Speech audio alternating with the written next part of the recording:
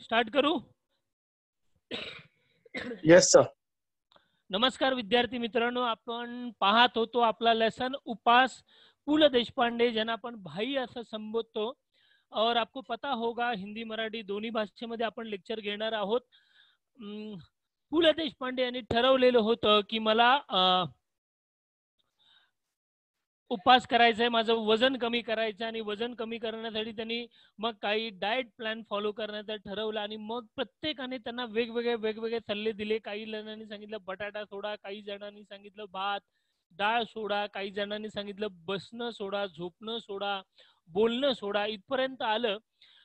पहिला दिवस बरा गेलेला होता, पण दुसऱ्या दिवशी जी मजा आली त्या मजेबद्दल लेखकाने आता आपल्याला दिलेलं आहे. ओके, अपन स्टार्ट करते. तुमच्या स्क्रीन समोर, आपके स्क्रीन के आगे स्क्रीन आपके सामने जो स्क्रीन आई है वहां से हम लोग शुरू करेंगे. ओके, मी थोड़ा सा फ्लैशबैक करतोय तुम्हाला कळावं म्हणून, आपको समझे इसलिए थोड़ा सा फ्लैशबैक हम लोग कर रहे हैं. ओके, पहिला दिवस सुरळीत गेला आणि दुसऱ्या दिवशी व्रतभंगाचा प्रसंग आला. व्रतभंगाचा प्रसंग म्हणजे आता माझा संकल्प तुटतोय की काय असं लेखकाला वाटू लागलं. पहिल्या दिवशी निम्म्याहून अधिक कचेरीला माझ्या वजन घटण्याच्या व्रताची वार्ता म्हणजे बातमी गेली होती. बघा लेखक काय सांगतोय. लेखकाने जसं ठरवलं की मी आता उपास, ज्याला आपण उपवास असं म्हणतो, मैं उपवास पकडूंगा, चाळीमध्ये तर लगेच समजलं. आणि आता त्याची ही बातमी लेखकाच्या ऑफिसमध्ये देखील समजली. पहिल्या दिवशी चांगला गेला, पण दुसऱ्या दिवशी मात्र प्रॉब्लेम झाला. तर लेखक सांगतो बघा, परंतु दुसऱ्या दिवशी आमच्या अण्णा नाडगौंडाला, हा लेखकाचा सहकारी आहे, आपण मागच्या लेक्चरला मी सांगितलं तुम्हाला, प्रमोशन मिळाल्याची वार्ता आली आणि त्यानं साऱ्या सेक्शनला पार्टी दिली. बघा आता कसं आहे, अण्णा नाडगौंडा जो होता त्याला बऱ्याच वर्षांनी प्रमोशन मिळालेलं होतं, लक्षात घ्या. त्यामुळे मग त्यांनी काय केलं बघा, कॅन्टीनच्या आचाराने तर माझ्या डाएटवर सूड घ्यायचा असे ठरवून पदार्थ केले होते. बरे न खावे तर अण्णा नाडगौंडाला वाईट वाटणार. बिचारा 6 वर्षांनी एफिशियन्सी बारच्या जाळ्यातून बाहेर पडला होता. आचार्याने मिठाई साखर न घालता साखरेत मिठाई घालून आणली होती. बघा, दुसरा दिवस आला, कचेरीमध्ये अण्णा नाडगौंडा याला प्रमोशन मिळालं. मग अण्णा नाडगौंडाने काय केलं, सारे जी त्याच्या ग्रुपमध्ये होते, सारे जे ऑफिस स्टाफ होते, त्यांना पार्टी दिली. ऑफिस मध्ये कॅन्टीन होतं. आचार्य याने खाना बनाने वाला जो होता है, कुक जिसे होता है, त्याला आपण आचार्य असं म्हणतो. लेखक सांगतो, मैं तो डाइट पे था, लेकिन शायद उस आचार्य ने मेरे डाइट पे गुस्सा, सूड उगवणे म्हणजे बदला घेणे, सूड घ्यायचा प्रयत्न केला. बरे न खावे, आता साहजिकच आपण डाएटवर आहोत, पण जर नाही खाल्लं पार्टीला जाऊन तर अण्णा नाडगौंडाला वाईट वाटणार. बोलणार अभी भाई आप मतलब पु ल देशपांडे यांना भाई म्हटलं जायचं, भाई आप तो नाराज कर रहे हो. त्यामुळे मग पु ल देशपांडे यांनी त्या पार्टीमध्ये सहभाग घेतला.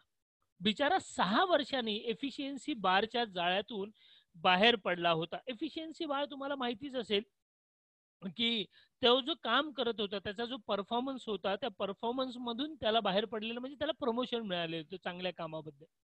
आचार्याने मिठाई साखर न घालता साखरेत मिठाई घालून आणली होती. म्हणजे मिठाई खूप गोड होती.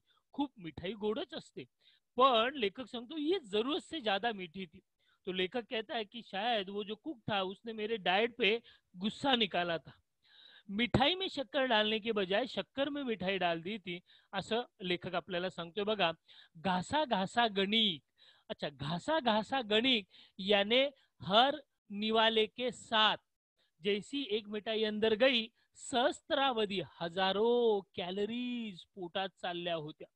त्यामुळे खाल्लेले गोड लागत नव्हते. जैसे डायबिटीज हुए लोगों के लिए शक्कर जहर है, लेखक सांगतो मानो मेरे लिए भी वो जहर लग रहा था, क्योंकि मैं डाइट पे था, मुझे मेरा वेट कम करना था, और कुक जो था उसने ऐसी मिठाई बनाई थी कि मिठाई में शक्कर ही ज्यादा थी. तो शक्कर में बहुत कैलोरीज होती है. जैसे मैं खा रहा था, मुझे मिठाई इतनी मीठी होने के बाद भी मुझे वो मीठी नहीं लग रही थी. उसके बाद आया बटाटे वड़ा, और मुंबई की पार्टी बटाटे वड़ा के बिना होती नहीं. बटाटे वडे होते म्हणजे आणखीन कॅलरीज. चिवडा अस्सल वनस्पती तुपातला, ओरिजिनल घी में बना हुआ. आणि त्यामुळे आणखीन कॅलरीज आणि एवढे सगळे हादडून बघा, मिठाई झाली, बटाटे वडे झाले, पेट भरकर बटाटे वडे खाए, वनस्पती तुपातला मस्तपैकी चिवडा खाल्ला, अभी ये सब हो गया।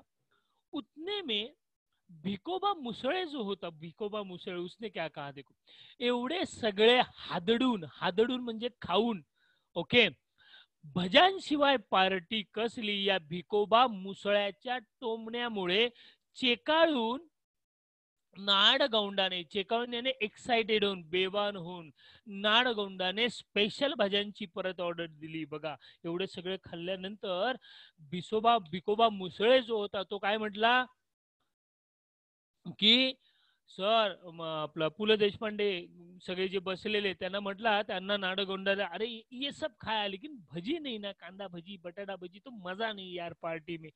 नाडगोंडाला देखील कसं तरी वाटलं आणि त्यांनी लगेच स्पेशल भज्यांची परत ऑर्डर दिली।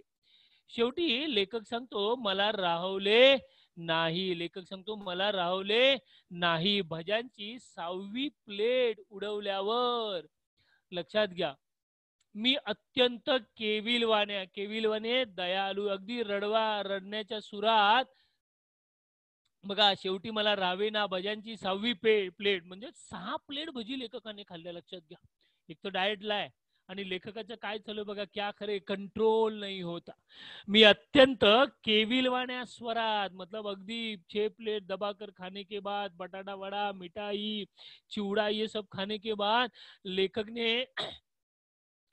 ने मतलब पु ल देशपांडे यांना सगळ्यांनी वेड्यात काढले। म्हटलं, अरे बाबा तू एवढं खातोस आणि आम्हाला सांगतोस तू डाएटवर आहेस।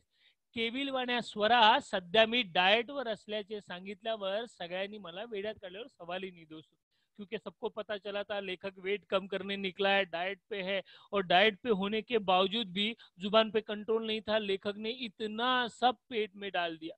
त्यामुळे लेखक सांगतो की सगळ्यांनी मला वेड्यामध्ये काढलं, सबने मुझे पागल करार दिया। केविलवाना स्वर म्हणजे विनवणी करणारी भाषा, वेड्यात काढले, बावळट समजणार, मूर्ख समजले ना।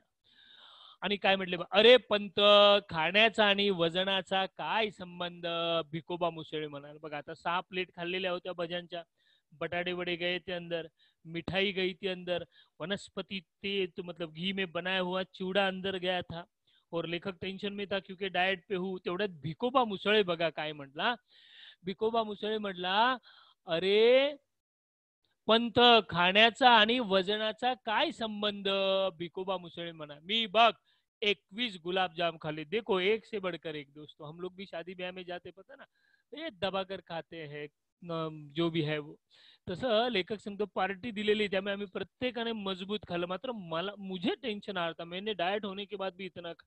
उतने में भिकोबा मुसळे क्या कहा, अरे पंत, खाण्याचा आणि वजनाचा काय मतलब, खाने से वेट नहीं बढ़ता बॉडी का, मी बघ 21 गुलाबजाम खाल्ले, एवढंच काय, आपण तर आयुष्यात एक्सरसाइज नाही केला, तुझी कुंभरास आहे, कुंभरास, कुंभरास यानी पता ना, जो राशि भविष्य हम लोग देखते हैं, लक्षात घ्या, ओके, तर ती 11वी लास्ट 11वी रास आहे, 12 राशी मधली 11 कुंभ रास, नि कुंभ लग्न आहे, वायू भक्षण करून राहिलास तरी तू असाच जाड्या राहणार, लठ्ठपणा काय आपल्या हातात आहे, क्योंकि लेखक पहले से ऐसा हट्टा कट्टा था। तो भिकोबा मुसळे उसे कहते हैं कि देख मैंने 21 गुलाब जाम खाए और खाने से और वेट नहीं बढ़ता दोस्त, उसको समझा, लक्षात गया, और अपना बड़प्पन बता रहा है, मैंने एक जीवन में कभी एक्सरसाइज भी नहीं की, और तू जो है ना, खा या न खा तू इतना ही मोटा रहेगा, लक्षात घ्या। तो सांगतो तू वायु, वायु मतलब हवा खा के भी जिंदा रहा, तू बड़ा ही रहेगा, ऐसा नहीं कि खायला तू कम खाएगा तो तेरा वेट कम हो जाएगा। बघा असे एक एक सल्ले लेखकाला देत राहिले, लेखकाला आता समजे ना, लेखक को समझ भी नहीं आता कि किसका सल्ला ले, कोणाचा मी सल्ला घेऊ। बघा, भक्षण करणे म्हणजे खाणे, नॉनसेन्स, जगदाळे ओरडला, रनिंग कर रोज, रनिंग। तेवढ्यात कमलिनी केंकरे काय म्हणाली बघा, रनिंग पेक्षा ना देखील दोरीवरच्या उड्या मारा बरं का पंत, माझ्या सिस्टरचं वेट 40 पाऊंड उतरलं दोरीवरच्या उड्याने, कुमारी कमलिनी केंकरे म्हणाली। बघा म्हणजे जो तो सल्ला द्यायला, भिकोबा काय म्हटला, अरे बिंदास काय एक्सरसाइज करायची काही गरज नाही, मी नाही केली, लक्षात घ्या. असं तो सांगतो आणि सांगतोय तू नुसता वायू खाऊन जरी जगलास तरी तू जाड्याच राहणार. तेवढ्याच जगदाळे ओरडला त्या भिकोबाला, म्हटला नॉनसेन्स. आणि पंत पु ल देशपांडे यांना काय सल्ला दिला, पंत रनिंग कर, रनिंग दररोज धावत धावत जा. तेवढ्यात कमलिनी केंकरे काय म्हणाली बघा, कमलिनी केंकरेच्या सिस्टरचं वेट कमी झाले दोरीवरच्या, ज्याला आपण रस्सी उड्या मारत बोलतो. लक्षात घ्या, तुम्ही दोरीवरच्या उड्या मारा बरं का पंत, दोरीवरच्या उड्या. अशा प्रकारे प्रत्येकाने आपला सल्ला लेखकाला द्यायला सुरुवात केली. ओके, आपला सल्ला सॉरी लेखकाला द्यायला सुरुवात केली कमलिनी. शेवटी सर्वांच्या मते मी सकाळी रनिंग करावी आणि संध्याकाळी दोरीवरच्या उड्या माराव्यात असे ठरले. आणि मी 7व्या बशीतले भजे उचलले. लेखक सगळ्यांचा ऐकत होता. लेखक सुन सबका रहा था, मुंह भी चल रहा था. वो बात कर रहे थे, लेखक एक प्लेट भजी और मंगवा ली, 7वीं प्लेट. सब उसे गाइड कर रहे थे. अभी एक डिसीजन हुआ की सुबह रनिंग करायची आणि संध्याकाळी दोरीवरच्या उड्या मारायच्या. लेखक सांगतो इन सबकी बातें सुनते सुनते मी काय केलं, 7व्या बशीतलं भज उचललं आणि 7वी प्लेट संपवली भज्यांची. पण लेखक आता मजा सांगतोय बघा. लेखक कहता है कुटुंबाचा मात्र, कुटुंब म्हणजे फॅमिली, त्यांची जी पत्नी होती त्याला ते कुटुंब म्हणतात, मराठीमध्ये त्याला कुटुंब म्हटलं जातं.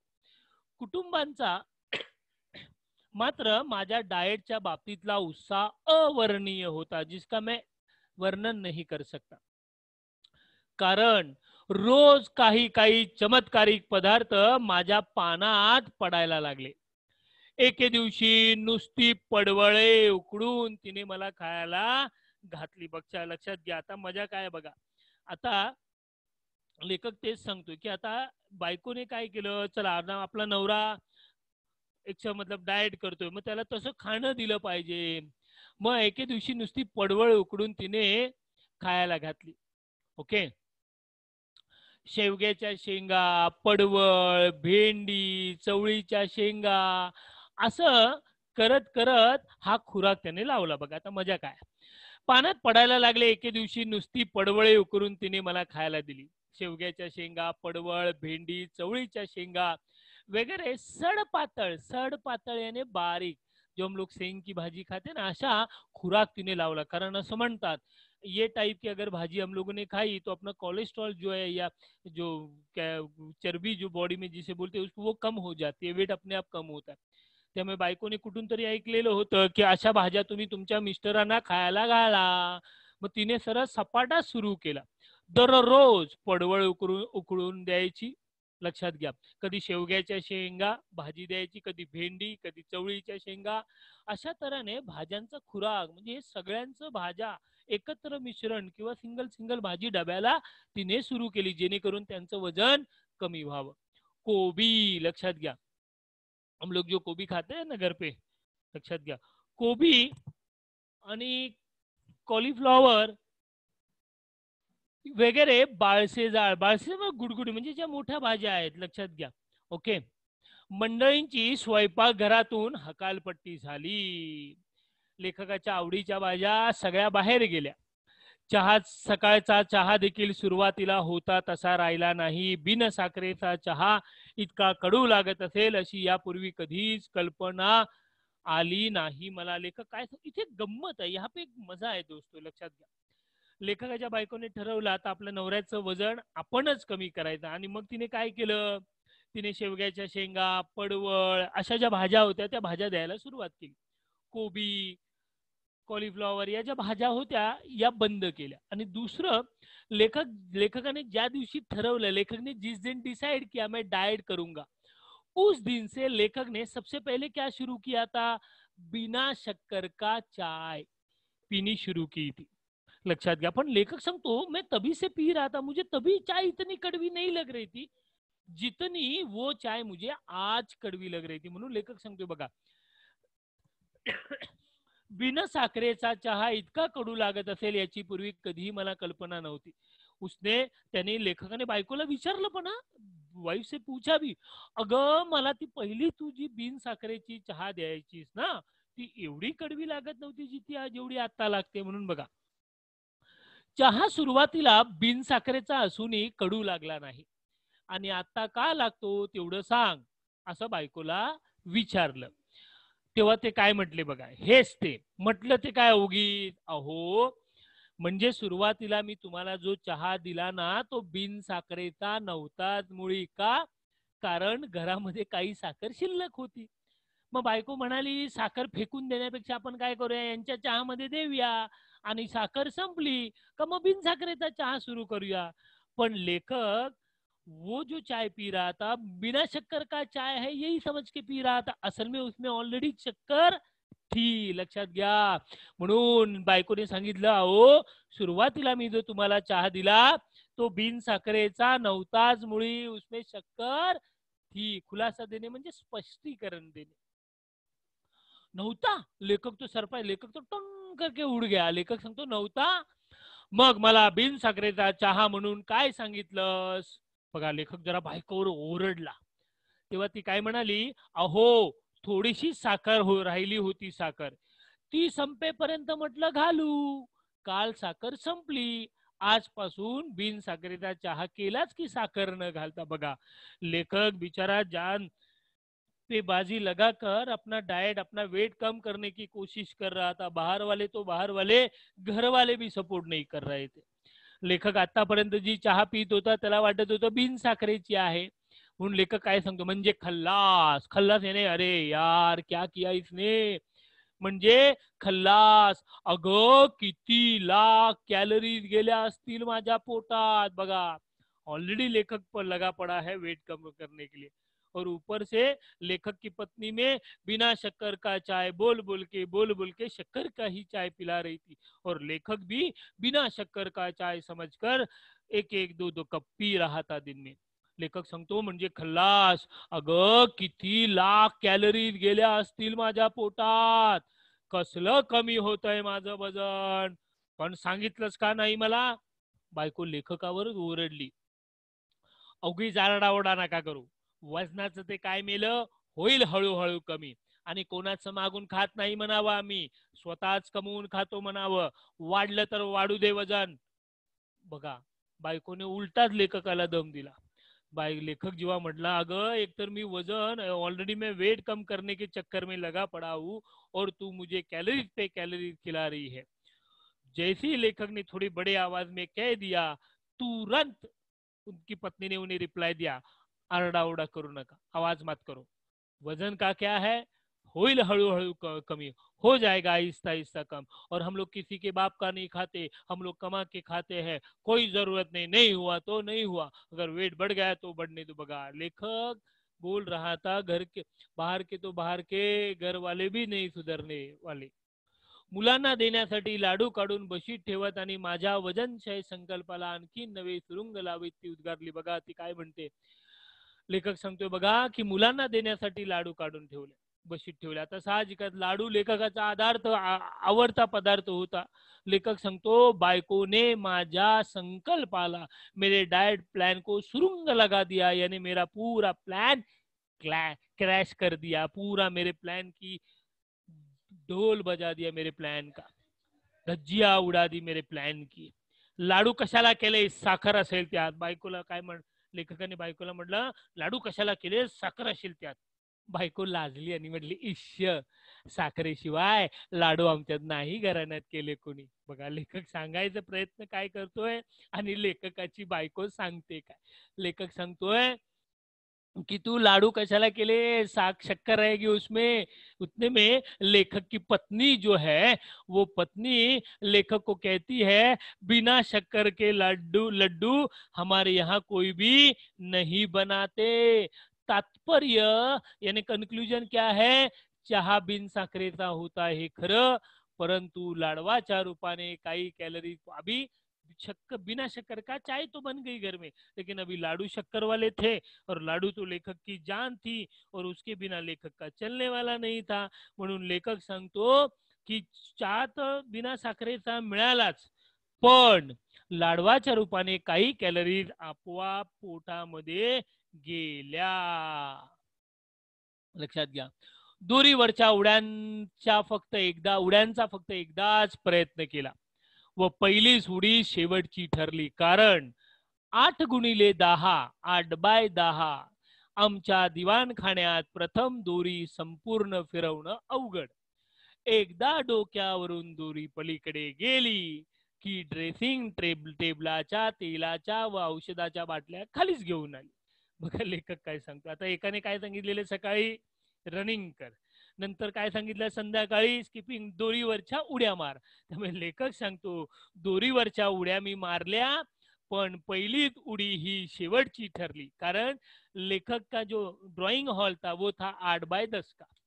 लेखक ने जब पहली रस्सी ऐसे अपने सर के ऊपर से घुमाई, वो जब वो साइड गई तो ड्रेसिंग टेबल पे जो भी तेल या मेडिसिन की जो भी बॉटल थे, वो रस्सी उसको लेकर अपने साथ लेकर आई. धडाधड सगळ्या बाटल्या दपादप फुटून गेल्या आणि लेखकाची बायको लेखकाला जोरदार ओरडायला लागली, क्योंकि वो ऑलरेडी वो बोल रही थी वजनाचं काय मेलं, वाढू दे, वाढते तर वजन, वो वजन का क्या है, बढ़ रहा है तो बढ़ने दो, हम लोग किसी के बाप का नहीं खाते, मेहनत करके खाते, आप कोई टेंशन मत लो. और लेखक ऊपर से ये नाटक कर रहा था. त्यामुळे लेखक सांगतो तेलाच्या आणि औषधाच्या बाटल्या खाली घेऊन ती सरळ आली. दुसऱ्यांदा अर्धवट गॅलरी आणि अर्धवट घरात राहून दोरी फिरवली ती सरळ आचार्य बर्व्यांच्या गळ्यात. आता कसं आहे, चॉल टाइप में सिस्टम थी. आता लेखक बायको ओरडली म्हणून लेखक थोडासा बाहेर गेला, जेणेकरून रशी गॅलरी मध्ये जाईल. अर्धवट घरात राहिला दारात आणि अशा उड्या मारत होत्या. जशी रशी उलटी फिरवली, आचार्य बर्वे वहां से जा रहे थे. आचार्य बर्वे एक इंसान का नाम है जो लेखक की चौल में बिल्डिंग में रहा करता था. आणि ती सरळ आचार्य बर्व्यांच्या गळ्यात गेली. एक तो वो पहले से लेखक पे गुस्से थे, लेखक पे गुस्सा होते थे. बघा आचार्य बर्वे बघा काय म्हणाले, त्यांचा माझ्यावर आधीच राग होता. लेखक कहता वो पहले से मेरे पे खफा थे. मी उपास करतो हे कळल्यावर चाळीतली सारी मंडळी समाचारा येऊन गेली. मतलब मैं डाइट पे हूँ, उपास कर रहा हूँ, वेट कम कर रहा हूँ, ये समझने के बाद लगभग चाल के सारे लोग मुझे आके मिल के गए. परंतु आचार्य बाबा बर्वे शेजारच्या बाजू में रहते थे, शेजारच्या खोलीत असून देखील आले नाहीत, कारण उपास हे त्यांचे राखीव कुरान होते. राखीव कुरान नसणे, एखाद्या विषयात गती असणे, क्योंकि वो सब उपवास विपस ते पकडायचे. त्यामुळे लेखकाने पकडल्या, उपवास पकडल्यामुळे त्यांना जरा वाईट वाटलेलं होतं, लक्षात घ्या. त्यामुळे आचार्य बर्वे काही आलेले नव्हते, बाकी इंक्वायरी करके गए, लक्षात घ्या. पण कभी कभी ऐसे होता है दोस्तों, हम लोग हमेशा फर्स्ट आते, कभी सेकंड आए, जो फर्स्ट आता है उसके ऊपर थोड़ा सा गुस्सा आ जाता है, इसको तो मैं ना नेक्स्ट एग्जाम में दिखा देता हूँ. ऐसा होता है दोस्तों. तो वैसा आचार्य बर्वे के साथ हुआ था. हा दृष्टपणा माझ्या, आता लेखक को भी आचार्य बर्वे से जमता नहीं था और आचार्य बर्वे को भी लेखक से जमता नहीं था. जब लेखक ने रस्सी उडी मारी, जेव्हा लेखकाने रस्सी उडी मारली तेव्हा ती आचार्य बर्व्यांच्या गळ्यात अडकली. त्यामुळे ते म्हटले हा दृष्टपणा माझ्या गळ्यात दोरी अडकवून केला ते ठीक झालं, पण तुमच्या वयाला न शोभणाऱ्या या धिंगा मस्तीला दुसरा कोणी माझ्यासारखं बळी पडला असता तर तुमची धडगत नव्हती, मी तुम्हाला क्षमा करतो, पण मी हे मुद्दाम केलं नाही आचार्य. अहो वजन कमी करायला दोरीवरच्या उड्या मारतोय मी. लेखकाने काय सांगितलं बघा, आचार्य बर्वेंच्या जेव्हा गळ्यामध्ये दोरी गेली, आचार्य बर्वे ओरडले आणि काय म्हटले, हा दृष्टपणा, ये बुराई, माझ्या गळ्यात दोरी अडकून केला हे ठीक झालं, पण तुमच्या वयाला न शोभन आहे. कारण लेखकाचं वय बऱ्यापैकी होतं, तो काही लहान नव्हता. त्यामुळे आचार्य बर्वे सांगतात तुमच्या वयाला न शोभणाऱ्या या धिंगा मस्तीला, धिंगा मस्ती है ना, मस्ती मजाक जो हम लोग करते हैं, जो छोटे बच्चे करते, दूसरा कोणी माझ्या, यानी मेरी जगह अगर वो कोई और होता, अगर आप उसके गले में रस्सी डालते तो वो आपको नहीं छोड़ता, आप उसका मार खाते, लेकिन मैं एक अच्छा इंसान हूं, मैं एक चांगला माणूस आहे, जाओ मैं आपको क्षमा कर देता हूं. कोण बोले, आचार्य बर्वे. लेखकाने सांगितलं अहो आचार्य बर्वे साहेब, मी मुद्दाम केलं नाही. आचार्य अहो वजन कमी करायला दोरीवरच्या उड्या मारतो, थोड़ा वेट कम करना है इसलिए थोड़ा ये जम मार रहा. ओके. काही उपयोग होणार नाही. आचार्य बर्वे बघा काय म्हटले लगेच. आचार्य बर्वे, काही उपयोग होणार नाही. का? का म्हणजे जिभेवर ताबा नाही तुमचा, संयम हवा. संयम, संयम यानी कंट्रोल. जिभेवर ताबा नाही म्हणजे जुबान पे कंट्रोल होना चाहिए. मनाची एकाग्रता हवी. मन, माइंड कॉन्सन्ट्रेट होना चाहिए. त्यासाठी प्रथम काही गोष्टी तुम्हाला सोडाव्या लागतील. मतलब आचार्य बर्वे को जब लेखक ने बताया कि वेट कम करने के लिए ये सब मैं रनिंग या दोरीवरच्या उड्या मारतोय, तो आचार्य बर्वे तुरंत बोल दिए नहीं होगा, इसका कोई भी फायदा आपको नहीं होगा. तो लेखक सरप्राइज हो गया. लेखक ने बोला अरे क्यों? तो वो बोले क्योंकि आपकी जुबान पर आपका कंट्रोल नहीं है, मन का कंसंट्रेशन नहीं है आपके पास. अगर आपको वेट कम करना है तो आपको सबसे पहले कुछ चीजें छोड़नी पड़ेगी. लेखक को समझ में नहीं आ रहा था अभी आचार्य बर्वे क्या कहेंगे. लेखक सांगतो अभी ये वेट कम करने के लिए आता या उड्या मारायला मी लाज देखील सोडली, हे पाहता ना तुम्ही बाबा. क्योंकि लेखक इतना बड़ा होने के बाद भी लेखक रस्सी उडी रस्स्या उड्या मारत होता. त्यामुळे लेखक सांगतो अहो मी आता लाज सोडली, अजून काय काय सोडू. ठीक आहे, प्रथम बोलणं सोडा. आचार्य बर्व्यांनी काय सांगितलं, अगर वेट कम करना है, देखो एक एक के एडवाइस क्या है. देखो मैंने कहा ना दोस्तों, दुनिया में सलाह देने वाले लोगों की कमी नहीं है. एक पूछो हजारों आपको एडवाइस मिलते रहेंगे. आचार्य बर्वेने काय सांगितलं, पहिलं बोलणं सोडा. लेखक सरप्राईजच झाला. बोलणं सोडू? अजिबात. खाण्यासाठी तोंडाचा वापर कमी करायचा एवढं पाहिलं तुम्ही, पण बोलण्यासाठी देखील त्याचा वापर बंद केल्याशिवाय तुमची जीभ ताब्यात राहणार नाही. लेखक सांगतो, आचार्य बर्वे काय सांगतात, खाण्यासाठी तोंडाचा वापर कमी करायचा, पण तुम्ही कमी बोलायला देखील पाहिजे. कमी बोलण्यासाठी, कमी बोलला तरच वेट कमी होईल, तरच तुमची जीभ तुमच्या ताब्यात राहील, नाहीतर राहणार नाही. जीभ ताबा नसते, वाटेल ते खाणे.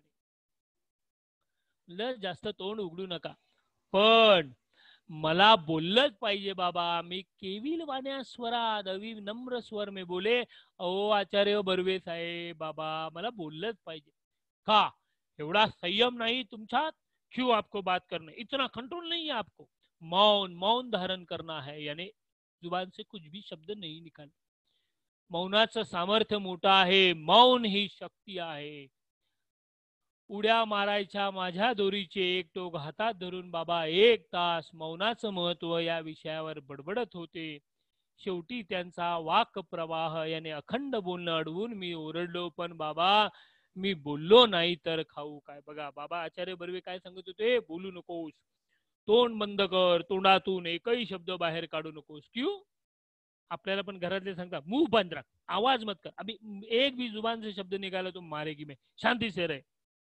तो बर्वे भी उन्हें वही कहते हैं कि तोंडातून एक शब्द काढू नको, मौन ठेव, मौन ही बड़ी शक्ति आहे. आणि फटाफट एक दोरी, वो जो रस्सी थी उसका एक टोक अपने हाथ में पकड़कर लेखक को मौन का यानी सायलेंट रहने का सामर्थ्य बता रहे थे. तेवढ्यात लेखकाने त्यांना मध्ये अडवलं आणि म्हटलं अहो बाबा मी जर शांत राहिलो, बोललो नाही तर मी खाऊ काय. आता आचार्य बर्वेंना समजेत ना लेखक असं काय म्हणतोय. आचार्य बोलले म्हणजे बोलण्याचा आणि खाण्याचा संबंध काय. तेव्हा लेखक काय म्हटलं बघा, अहो मी टेलिफोन ऑपरेटर आहे बाबा, दिवसभर बोलावंच लागतं मला. मैं कौन हूं?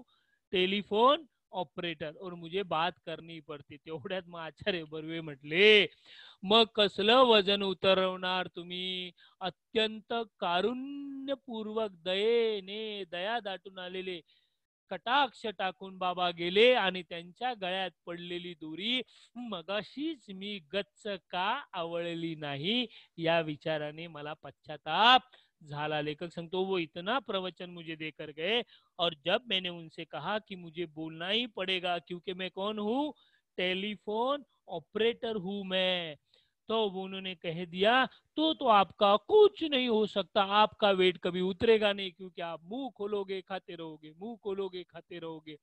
और एक दया से भई नजर लेखक के पास डाल कर ले वहां से निकल गए. लेखक कहता है मुझे उस आचार्य बर्वे का इतना गुस्सा आया था, जो रस्सी उसके गले में अटक गई थी वहीं पे मैंने उस रस्सी को दबाकर उसकी गले दबाकर उसकी मतलब उसको मार क्यों न दिया, ये चीज का मुझे पश्चाताप हो रहा था. मेरी गलती पे मुझे दया आ रही थी.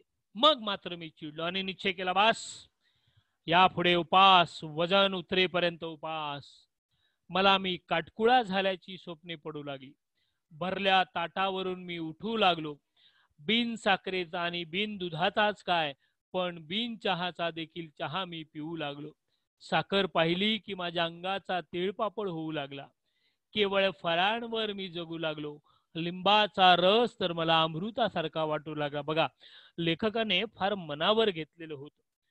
किसी भी चीज में लेखक ने सोचा था, काही झालं तरी मला माझं वजन कमी करायचं आहे. त्यामुळे आचार्य बर्वे आणि कामावरची जे सगळे लोक होते, ज्याने वेगवेगळे सल्ले दिलेले होते, या सगळ्या लोकांच्या सल्ल्याला कंटाळून, इन सभी लोगों के एडवाइस से परेशान होकर लेखक बहुत गुस्सा, और लेखक ने बस अब वजन कम करना है, मतलब कम करना है, कम वॉट में कुछ भी हो जाए, आणि निश्चय केला, बस यापुढे उपास, वजन उतरेपर्यंत उपास. और लेखक इतना उसमें घुस गया कि लेखक को शाम को काटकुळा, काटकुळा म्हणजे बारीक झाल्याची स्वप्न पडू लागली. भरल्या ताटावरून लेखक उठू लागला. आता भरल्या ताटावरून लेखक उठू लागला, याने न जेवता उठने, मतलब जैसी खाना खाने बैठा, नहीं नहीं नहीं नहीं, खाना नहीं खाना है, डाइट करना है, वेट कम करना है, वैसा ही खाना छोड़कर लेखक उठ जाता था. लेखक सांगतो, बिन साखरेचा आणि बिन दुधाचा काय, मतलब चाय में शक्कर नहीं, दूध नहीं, ये तो छोड़ो, बिना चाहता, यानी चाय पत्ती, टाटा अग्नि आती है ना चाय पत्ती, वो भी बिना डाले में चाय पीने लगा, यानी मैं सिर्फ पानी पीने लगा. लेखक कहता है, बिन साखरेचा आणि बिन दुधाचाच काय, पण बिन चहाचा देखील चहा मी पिऊ लागलो. साखर पाहिली, लेखक क्या, जैसे मैंने शक्कर को देखा, माझ्या अंगाचा तिळ पापड होऊ लागला. मुझे गुस्सा आने लगा. केवळ फळांवर, और दिन भर में एक ही चीज खाता था, ओनली फ्रूट्स खाया करता था, आणि लिंबाचा रस खाऊ लागलो. उसमें भी शक्कर नहीं, लक्षात घ्या. लिंबाचा रस तर मला अमृतासारखा वाटू लागला. मतलब नींबू का रस मैं खाने लगा, तो नींबू का रस मुझे, अमृत खाते हैं ना हम लोग, अमृत. एक ने मुझे भेजा है, सर शुगर फ्री गोली नहीं थी क्या? नहीं थी दोस्तों, तभी शुगर फ्री गोली. ये सब अपने नाटक, अपने जमाने में आ गया नाटक. कोरोना नहीं था तभी, आज है ना. केवळ फळांवर मी जगू लागलो. लिंबाचा रस तर मला अमृतासारखा, अमृत पता है ना, जो पीने से इंसान कभी मरता नहीं. आणि लेखकाला वाटू लागला, आत्ता माझं वजन नक्कीच कमी होणार, अब मेरा वेट असल में कम होगा. दोस्तों, हम यहाँ तक रुकने वाले हैं. कल आपका मराठी का पेपर है, आपको पेपर पैटर्न मिला होगा. बहुत इजी पेपर मैंने निकाला, मतलब बनाया हुआ है. दो सहमत रहेंगे, आपको पेपर पैटर्न मिला है. लेकिन मेरी एक रिक्वेस्ट है स्टूडेंट्स, आप पेपर पैटर्न के हिसाब से पढ़ना मत, आप ओवरऑल उस लेसन को पढ़ाई करना. क्योंकि पेपर पैटर्न, बहुत सारे स्टूडेंट्स ने रिक्वेस्ट भेजी, सर पेपर पैटर्न भेजो, पेपर पैटर्न भेजो. जब पेपर पैटर्न हमें मिल जाता है तो हम लोग उन्हीं प्रश्नों पे कंसंट्रेट करते हैं दोस्तों, याद रखना. और अपना फोकस उस पूरे लेसन पे जाने के बजाय ओनली उन क्वेश्चन पे जाता है जो अपने एग्जाम से रिलेटेड है. लेकिन नेक्स्ट टाइम से ऐसा मत करना, क्योंकि हमें 90s प्लस में आना है दोस्तों. तो हमें उस लेसन को पूरा घोल कर पीना है. तो हर प्रश्न हमें आना चाहिए, हर प्रश्न की हमें तैयारी करनी है. ये टाइम ठीक है, मेरी काइंड रिक्वेस्ट है कि आप पेपर पैटर्न को छोड़ के पूरी लेसन की तैयारी करना. फिर पेपर पैटर्न कैसा भी आए, कौन सा भी प्रश्न आए, हम लोग रेडी है दोस्तों. ऐसा होना चाहिए, याद रखना दोस्तों. ठीक है, होमवर्क वही है, कल के लिए कोई होमवर्क नहीं. All the best for tomorrow exam दोस्तों. कल अच्छा पेपर लिखना. बहुत एग्जाम, बहुत बहुत रसग्रहण नहीं आएगा दोस्तों, आपको पेपर पैटर्न थोड़ी देर में मिल जाएगा, कोई टेंशन मत लेना.